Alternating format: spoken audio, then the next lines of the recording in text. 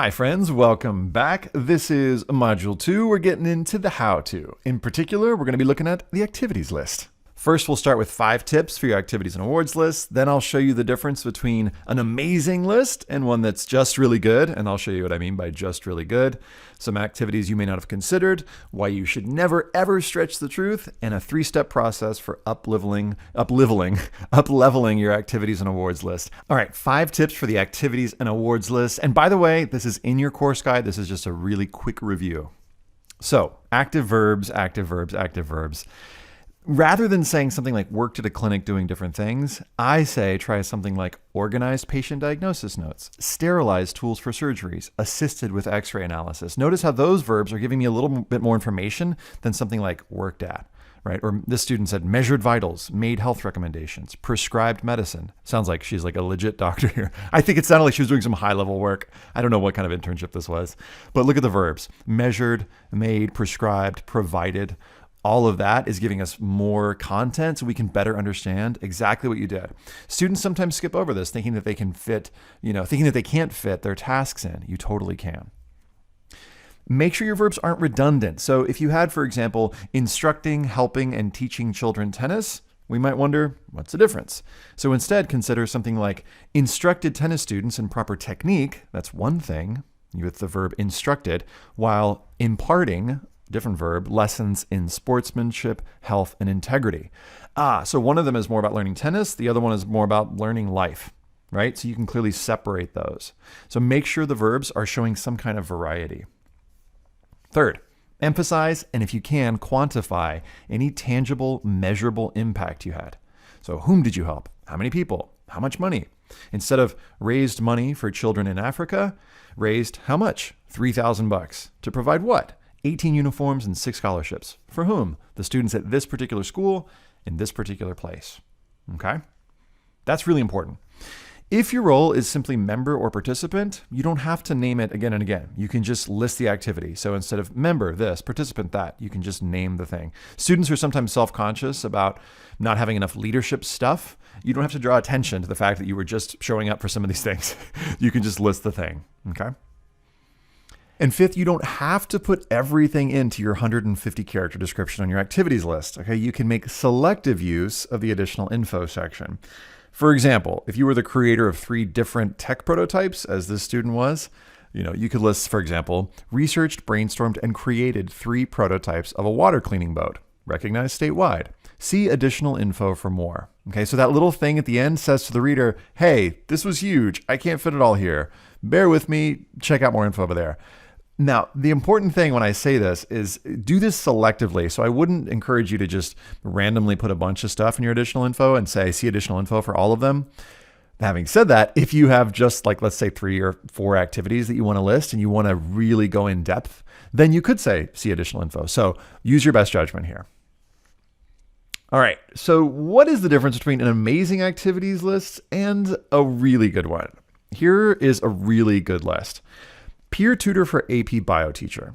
Okay, selected by AP Bio teacher. And by the way, if you were selected for something, it's worth putting in there. To assist peers with difficult bio concepts. Provided feedback with student-free response questions. Lovely. Member of JV swim team. Participate in practices and meets. Good. Assist in recruiting new members. Okay, cool. That's different. Help raise funds for travel. Oh, nice. Swim anchor on 4x100 meter relay. Now, you may be thinking that I'm saying this is a bad list. This is not. This is actually a really good activities list, and I'm getting some nice information about what the student has done.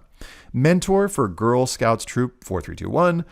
Mentored how many? 10 young girls in arts and crafts. Spearheaded, love that verb, troop exhibit representing Italy at Cultural Community Fair, and brainstormed troop activities. These are all really solid. AP Scholar Award, granted to students who receive, so the student just explains what that is, and Superior at Miami-Dade Jazz Festival. Received full marks from the judges based on style and interpretation, note accuracy, and creativity. What's cool about this is by using those words like accuracy and creativity to describe something that the student did, the student is actually sending the message to the admissions reader, hey, I am these things too, which is really cool. Okay, so this is really good. But what does an amazing activities list look like? It looks something like this. For example, inventor of the drone X2. Patent number US 8382029B2 was granted to me, the inventor and applicant, after a year designing and testing prototypes. See additional info. Professional wildlife photographer. Worked with an international, and by the way, abbreviations are totally fine, award-winning filmmaker, designed and sold calendar to raise funds for nearby school, developed prototype for improved lens. Lead programmer Alphabots, designed and programmed original video game to be published this fall, quickly learned new programming language, demoed game at Comic-Con. These are real, y'all. Soloed at Carnegie Hall as winner of American Protege International Music Competition and top 10 nationally and two-time New York champion in policy debate, academic All-American. These were from the same student, by the way. If you're not seeing the difference, here it is. A very good activities and awards list includes very good achievements told in a well-crafted way, and an amazing list includes extraordinary achievements told in a well-crafted way. And I would just add here that if your activities and awards are so extraordinary, you don't even have to tell them in a well-crafted way. Okay, you can just kind of list them. My point here is that if you participate in activities that may qualify as extraordinary, then you have the potential to have an extraordinary list. Otherwise, your activities list might cap out at just really good. Okay.